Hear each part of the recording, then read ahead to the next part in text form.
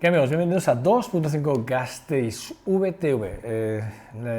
VTV sí que es verdad que muchos, y hoy más que nunca se me lo permiten por esto de que hoy parte de este equipo se marcha para Berlín con el equipo, con el Caja Laboral, con el Baskonia, marchan para Berlín a las 4 de la tarde, salen de aquí de Foronda con otros, creo que 200 aficionados, pero marchan toda la prensa alavesa. Marcha hoy, entre ellos, nuestro equipo de VTV de los vitorínicos de toda la vida, que es lo que yo quería decir. Bueno, pues hoy marchan para Berlín y además, bueno, con muchas ganas. Ayer, gracias a los micrófonos de Radio Vitoria y de Rafa Montión, como no podía ser de otra forma, nos trasladaron las sensaciones que tienen el propio equipo, desde dentro, cómo lo están viviendo los propios jugadores, el cuerpo técnico, la propia directiva del Baskonia.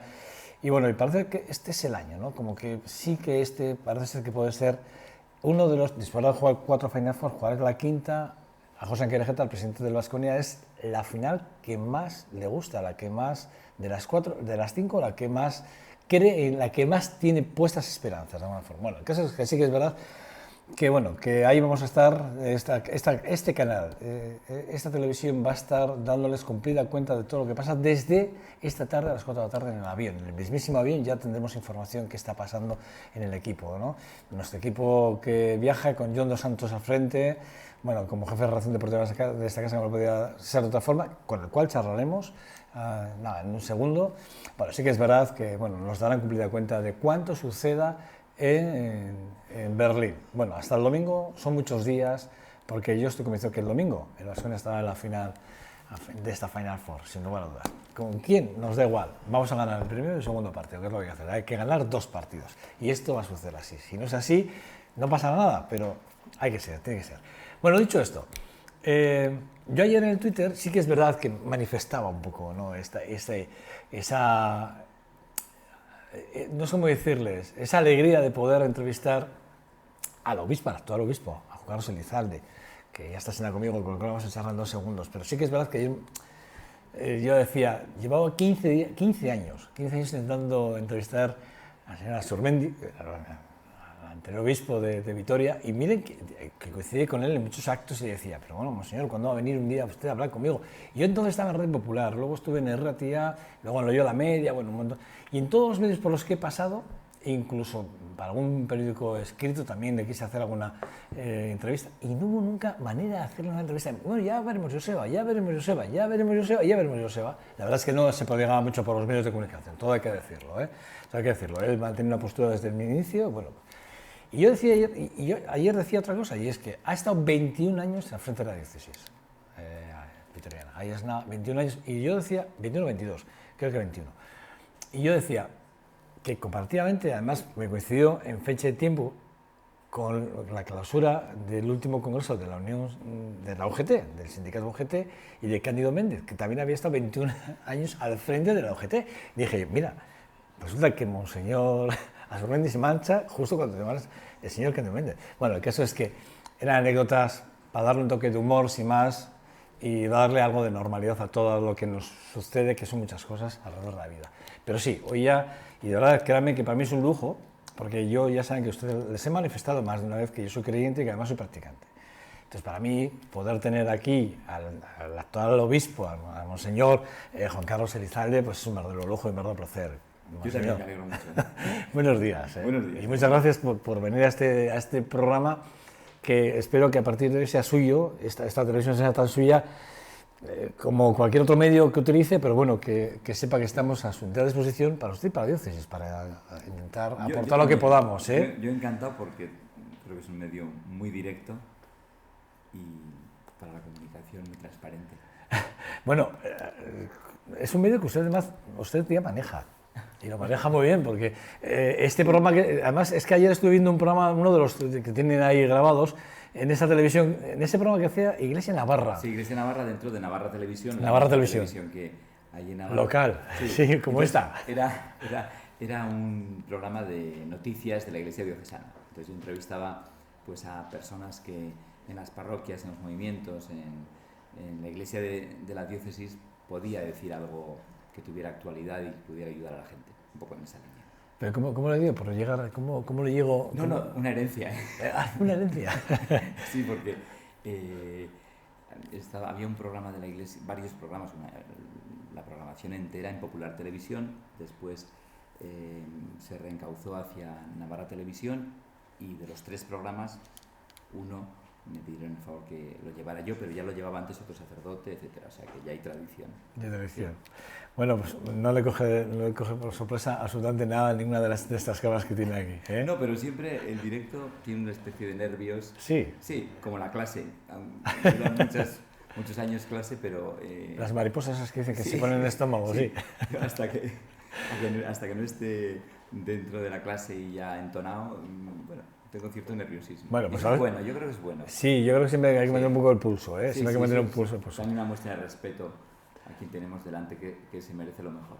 Yo le voy a decir una cosa, ¿eh? Yo llevo una temporada, les digo a mis compañeros muchas veces, me siento frente a los entrevistados, en este caso a usted, sí.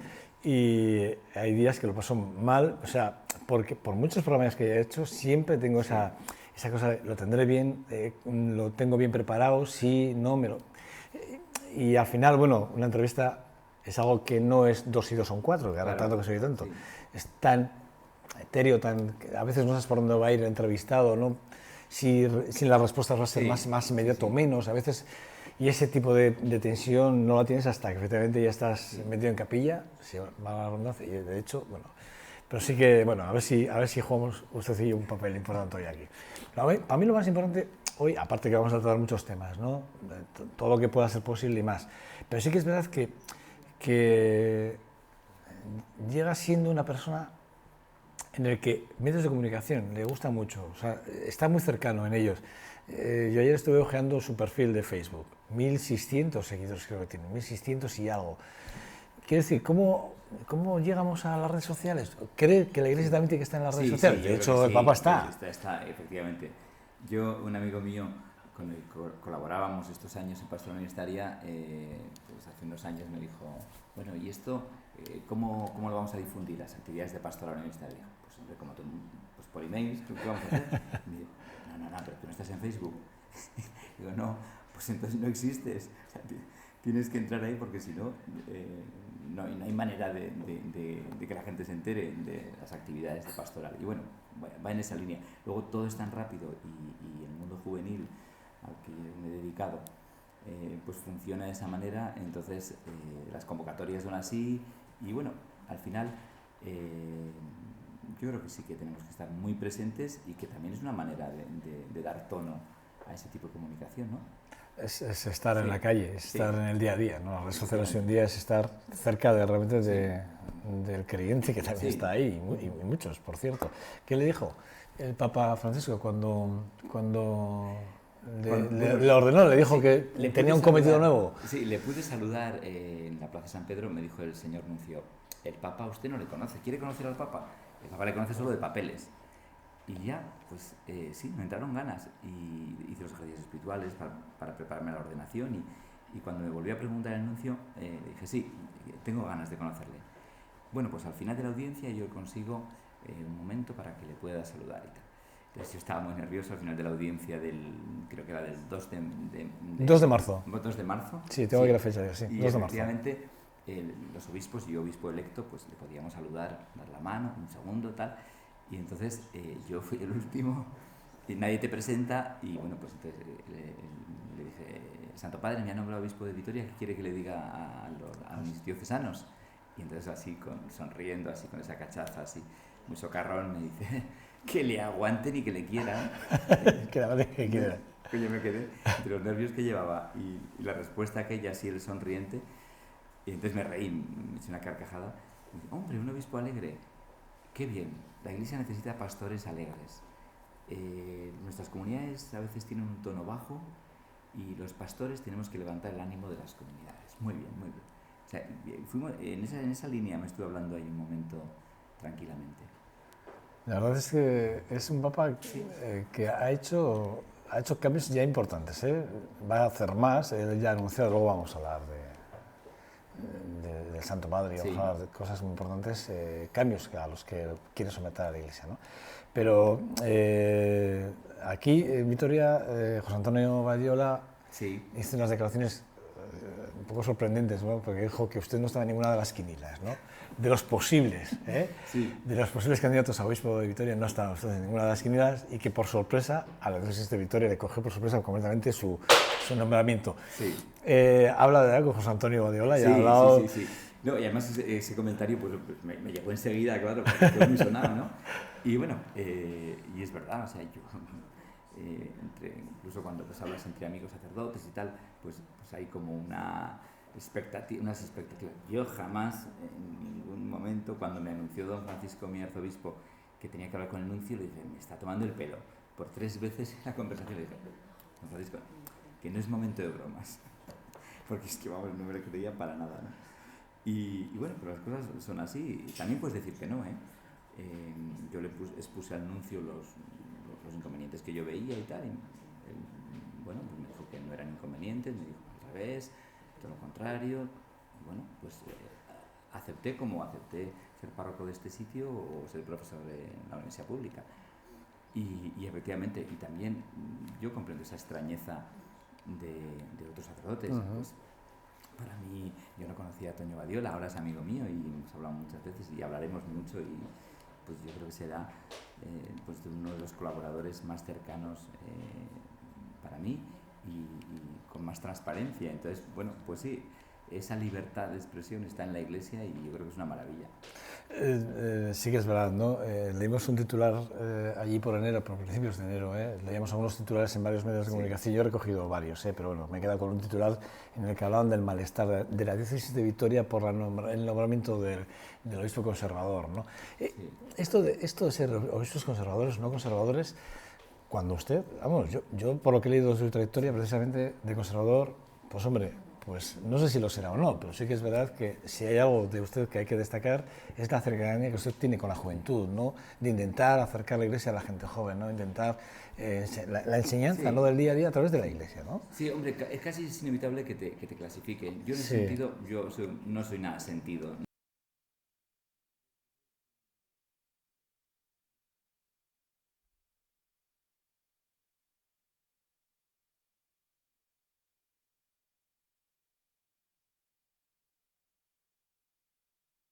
Progresista está diciendo, yo soy el puro equilibrio y los que están a mi derecha son conservadores y los que están a mi izquierda son progresistas. En ese sentido, cualquier clasificación de esas le erige a uno como centro del universo. Entonces es una pretensión absurda. Yo ahí me identifico mucho con el Papa Francisco, con naturalmente, porque me parece que es un hombre que acoge la tradición de la Iglesia, que no traiciona para nada el magisterio de la Iglesia y que está abriendo unos cauces, que es lo que todos nos gustaría para nosotros mismos, unos cauces de cercanía, de urgencia, poniendo el dedo en lo fundamental, en la llaga, ¿no? Y en ese sentido yo me identifico con naturalmente, como me he identificado con el Papa Benedicto, porque a la hora de explicar a los seminarios los conceptos de la vida cristiana desde dentro, pues lo expone magníficamente, yo lo uso continuamente, o como nos hemos identificado con Juan Pablo II, con el que hemos crecido yo en mi vocación y en mi vida personal y en mi maduración. ¿Se siente bien acogido por la ciudad? Sí, muy bien. Y ¿Ha además tenido desde el contacto ya principio. con políticos? ¿Ha estado ya con Sí, me ha ellos? tocado fechas ¿Parte así muy social? populares, pues Semana Santa y las procesiones, Bueno, en San San Prudencia Prudencio, además, hace Virgen de poco. Estíbaliz. Eso es. Y la verdad es que sí, y con los políticos de todas las tendencias, ¿eh? O sea, yo ha sido también una grata sorpresa pues el trato amable, cercano, transparente de todos los políticos, la verdad. Sí, bueno, yo también. De la clase social también, la clase social en general también. La Sí, clase social en general, sí, sí, sí. yo creo que sí. Claro, me está tocando pues confirmaciones en todas las parroquias, Sí. etcétera, con lo cual sí está habiendo un contacto muy fluido, muy transparente, muy inmediato con la gente. Y yo lo que veo es que la gente quiere estar cerca, te aborda y te pregunta cosas importantes, urgentes, directas. Y yo he venido a trabajar, he venido a prestar un servicio en esta iglesia nuestra y claro, eso yo creo que sí que favorece. el encuentro. Fíjate, yo cuando yo hablaba, al principio hablábamos de hablar del Papa Francisco, claro, no podemos obviar el sínodo de la familia, ¿no? Que fue súper importante. Sí. ¿no? Sí. ¿Eso en qué se va a ¿Cómo lo vamos a trasladar al día a día, al obispado, por ejemplo, de Vitoria?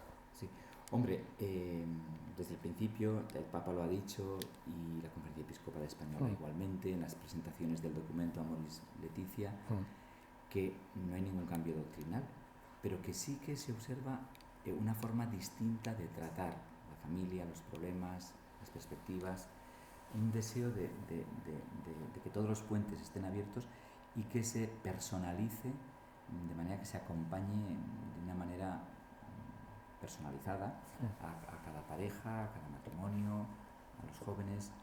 Entonces, sí que ha habido ahí un cambio de tratamiento. En realidad, yo creo que el documento, que a mí me está encantando, recoge de forma muy bien expresada lo que ya estábamos haciendo. Por ejemplo, los sacerdotes en la atención familiar, cuando tienes a un matrimonio en crisis, una persona separada, a un chico o una chica que tiene dudas a la hora de contraer matrimonio. Bueno, estamos tratando de iluminar desde el proyecto de matrimonio que tiene la Iglesia, la Sagrada Escritura, esa situación concreta familiar.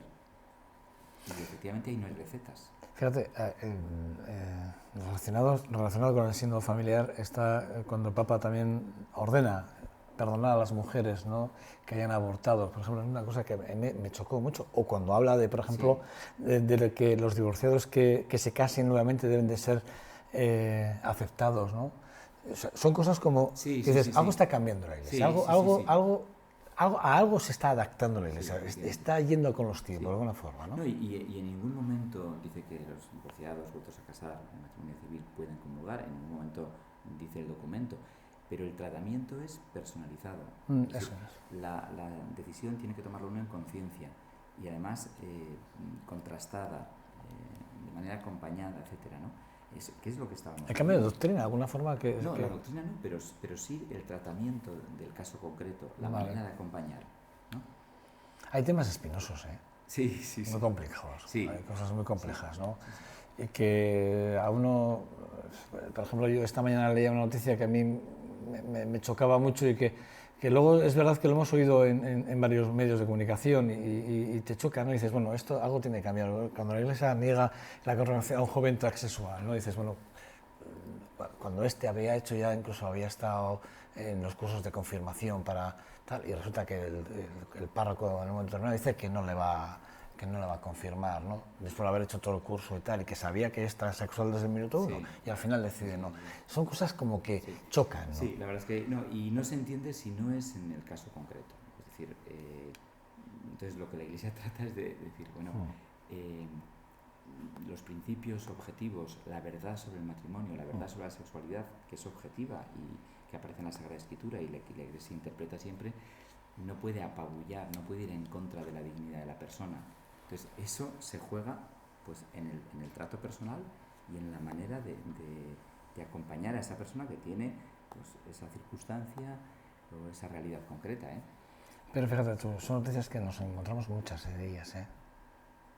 Nos encontramos muchas con ellas y la verdad es que yo que le he seguido y que me he leído cosas suyas y le he escuchado, choca mucho porque usted no lo veo en esa línea. Yo no lo veo ahí a usted. No, lo que pasa que... Y por muy personalizado que esté, no le veo yo a usted yo ahí.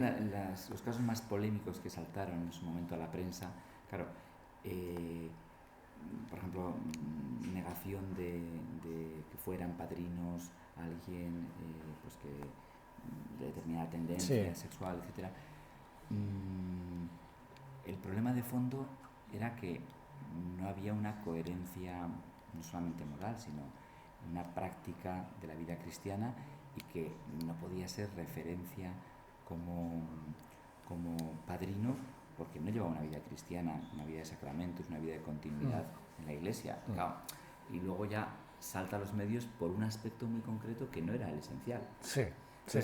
Por eso digo que analizado el caso concreto habría que ver qué hay de verdad, ¿no?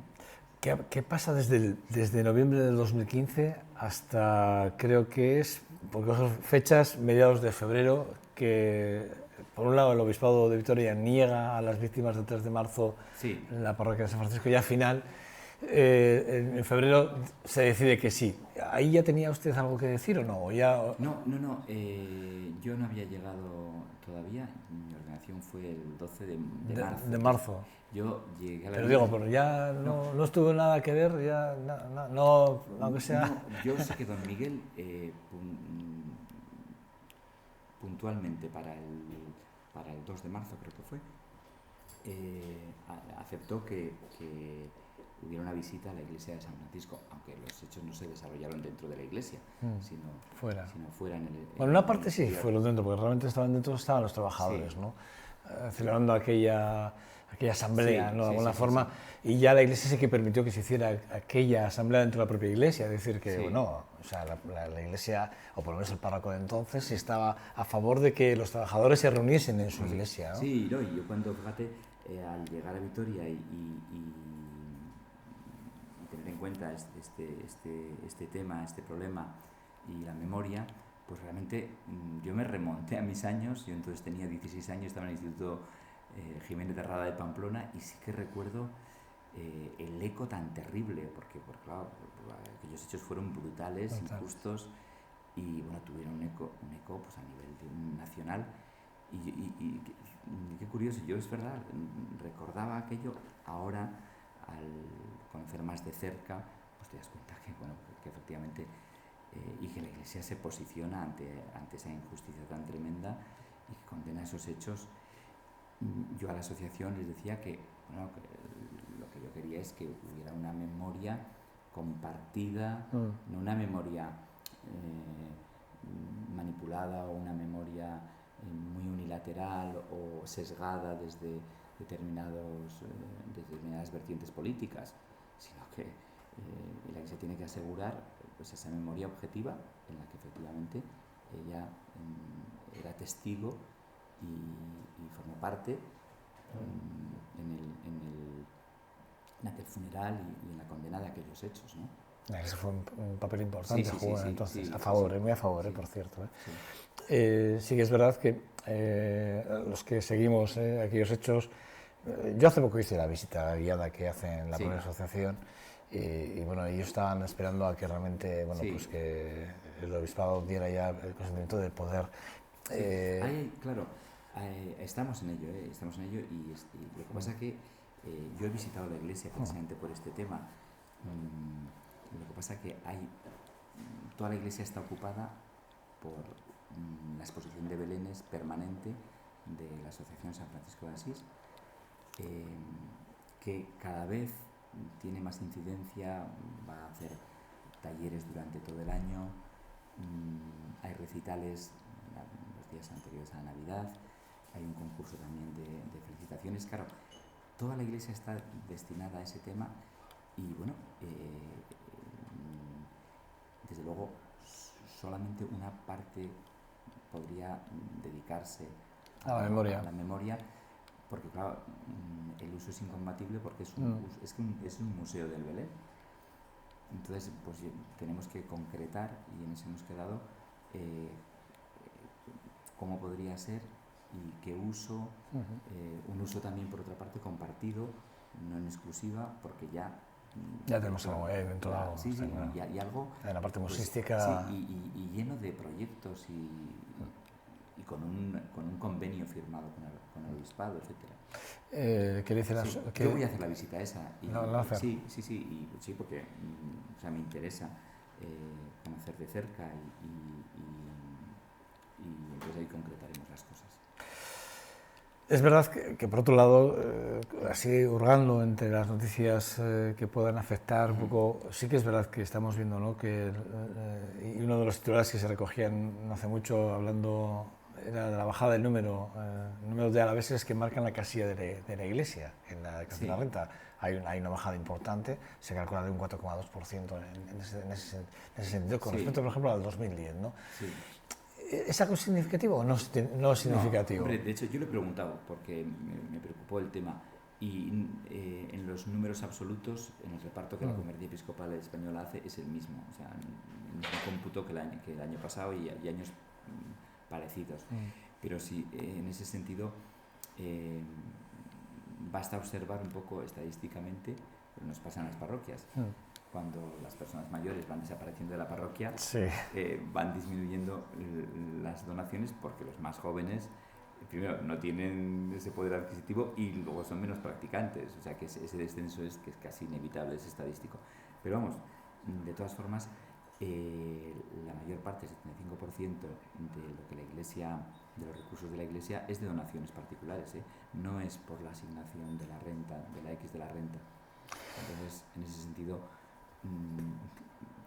la Iglesia vive... 2,5 millones, 2,5 millones es la X, es un dinero. No, sí que es un dinero, pero comparado con las obras sociales que lleva la Iglesia. Evidentemente. O sea, en el cálculo del ratio realmente será... Si el Estado que a mí me impresiona, pero realmente en el ratio no será... Si el Estado tuviera que pagar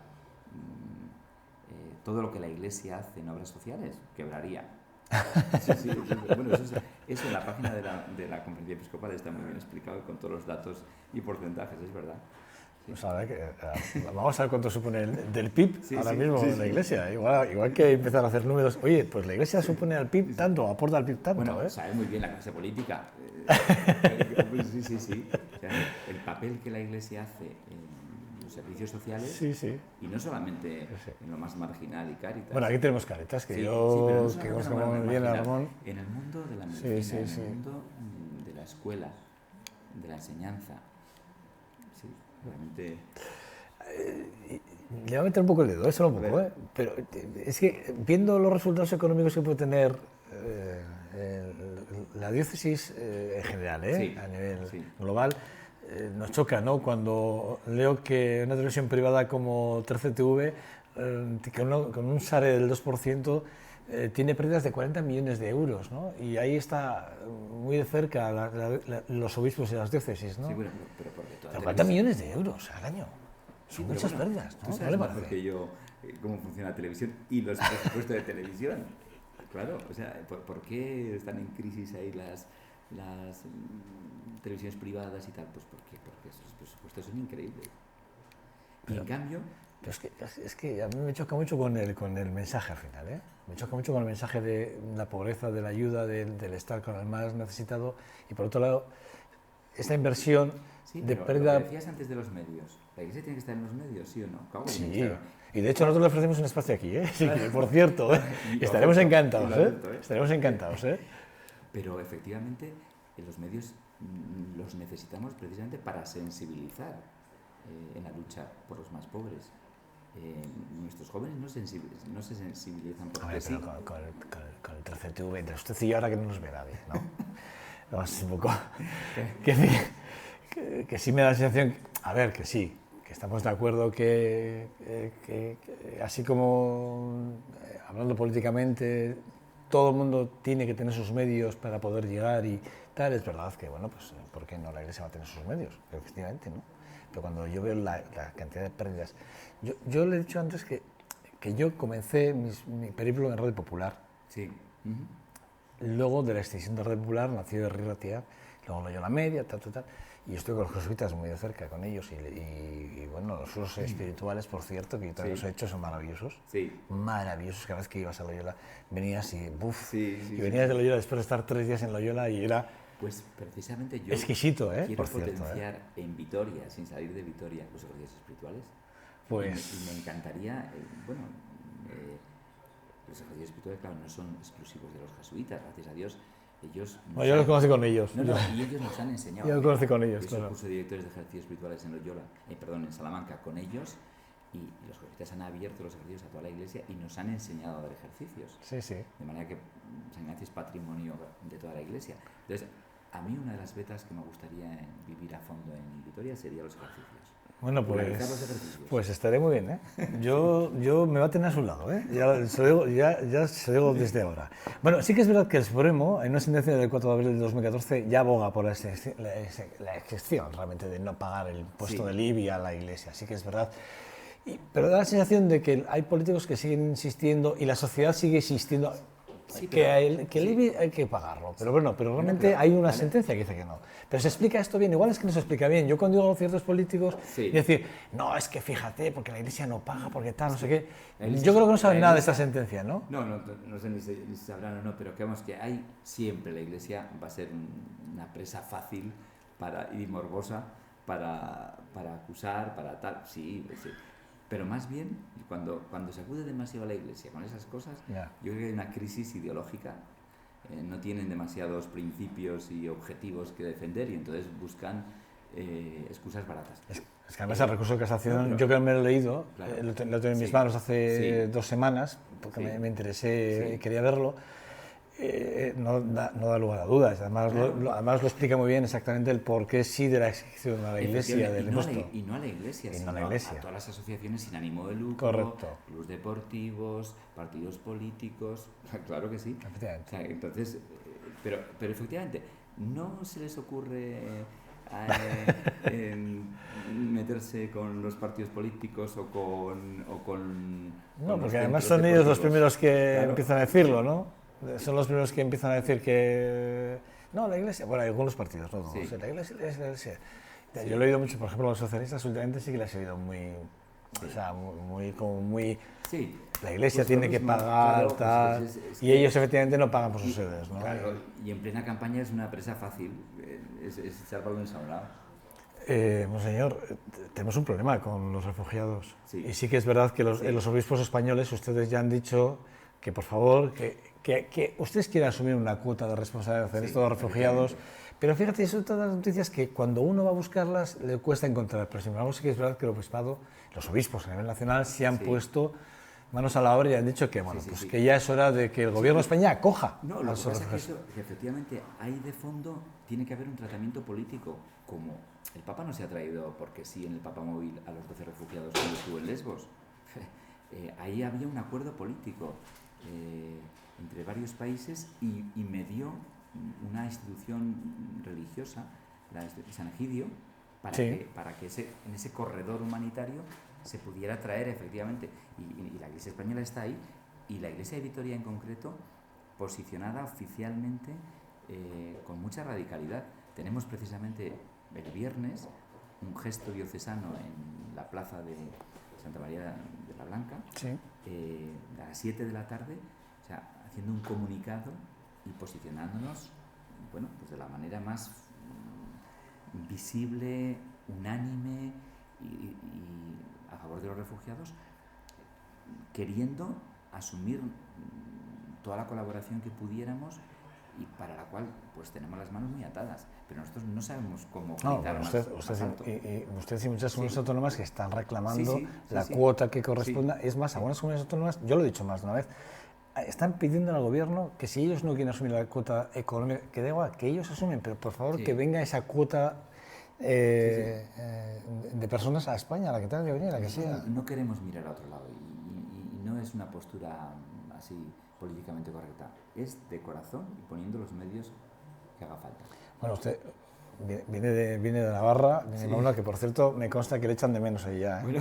Yo ya he leído algunas cartas que le han dirigido a usted, que tal, algunos comentarios en redes sociales y bueno, que cómo nos ha dejado aquí, algunos creo que ni se lo van a perdonar. Pero cuando viene para aquí a Vitoria se encuentra con muchas cosas, entre otras noticias, muy de actividad, muy fuertes. Algunas van a cobrar importancia en las próximas semanas, meses, por el tema de las elecciones, tanto las del 26 de junio como las autonómicas que vienen en otoño. ¿Cómo ve usted o qué valoración hace usted con el tema del debate de la renta de garantías que tanto se debate? Sí. No, yo la verdad es que no tengo datos suficientes y ahí creo que antes de dar una opinión tengo que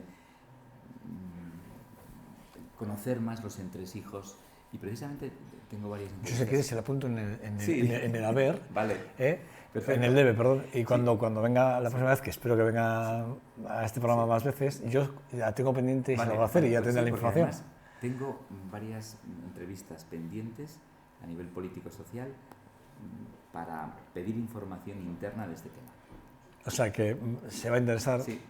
a profundidad. Hay que ponerse en las pilas, como usted dijo en aquel encuentro que yo no pude ir, con periodistas de Vitoria. Usted dijo que hay que ponerse en las pilas. ¿Hay que ponerse en las pilas y en qué? Bueno, hoy en todo. ¿En Vitoria en qué? ¿Qué necesitamos? ¿Qué va a hacer la Iglesia para acercar más? Bueno, por ejemplo, un tema que a mí me preocupa especialmente por mi sensibilidad pastoral, el tema de los jóvenes. Si alguien tiene derecho a la buena nueva del Evangelio, es alguien que tiene la vida por delante y puede orientarla desde ahí. Entonces, en el mundo de los jóvenes urge ese vacío después de la confirmación, esa especie como de paréntesis en que el joven se aleja de la Iglesia. Urge un cauce profundo, popular, urge una Iglesia juvenil. Ya se está trabajando, claro que sí, pero los datos que tenemos en la Iglesia de Vitoria sobre juventud, sobre vocaciones, pues hombre, piden toda nuestra creatividad para integrar a los jóvenes como una parte viva de la Iglesia, una parte activa, no unos consumidores de servicios religiosos. Y ahí hay que implicarlos hasta los tuétanos. Hemos visto que en Vitoria, y ya vamos acabando, Sí. Ya le dejo de tortura, No, pero sí que es verdad que hemos asistido a hechos, momentos muy complicados con el tema de los musulmanes, con el tema de las mezquitas claro. en Vitoria. Es el momento de que las iglesias, las dos, o las tres, o las cuatro, las que Sí. sean, las religiones, se unan en ese sentido para... Sí, ¿no? sí, además, yo me ha tocado del hecho religioso. Para esos cuatro desalmados que Sí, hacen dar como asignatura en la universidad pública, y la verdad es que he disfrutado explicando el Islam, explicando el budismo. Los grandes principios de las grandes religiones son comunes, y en eso coincidimos. Es decir, los grandes santos, por ejemplo, han sido tremendamente ecuménicos. San Francisco de Asís, mientras los cruzados se zumbaban en las guerras contra el Islam, predicaba el Evangelio en los territorios de un sultán amigo suyo, al que le ganó el corazón. Los santos han acercado las posturas religiosas. Somos los segundones, los mediocres, los que a veces crispamos y bueno, exageramos las diferencias. O sea, que en ese sentido, la Iglesia de Vitoria, como está diciendo el Papa, nunca, por ejemplo, el hecho religioso puede ser ocasión de conflicto, de persecución, etcétera, o de violencia. O sea, no tengo ningún miedo. Cuanto más identidad tiene la vida cristiana, más puentes tendidos hacia toda la humanidad.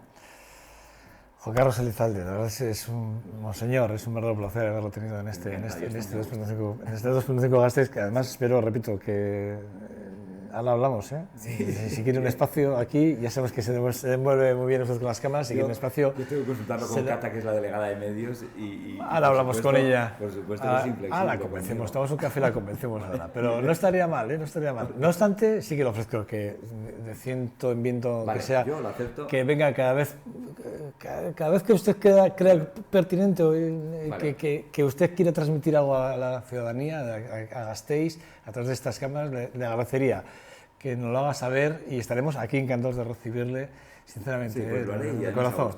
De corazón. Que le deseo un buen día, que le pase bien. Igualmente, y yo mis oraciones desde hoy por el Baskonia. Sí, y bueno, y por el Deportivo Alavés, no También. Y por cierto, ya por pedir por el Alaberri, que también juega este fin de semana en Ávila y también se juega mucho. Vale, los tres, ya no me da más. Bueno, Ya no. a ver, una oración más o menos. Don Juan Carlos Elizalde, señor obispo de Vitoria-Gasteiz, gracias, de verdad. Gracias, un lujo haber contado con usted en este programa. Igualmente. Cuídese mucho, de verdad. Bueno, nada, pausa para publicidad y vamos a hablar del deporte, que el jefe de relación deportiva de esta casa, John Dos Santos, está por aquí rondando. Hasta ahora.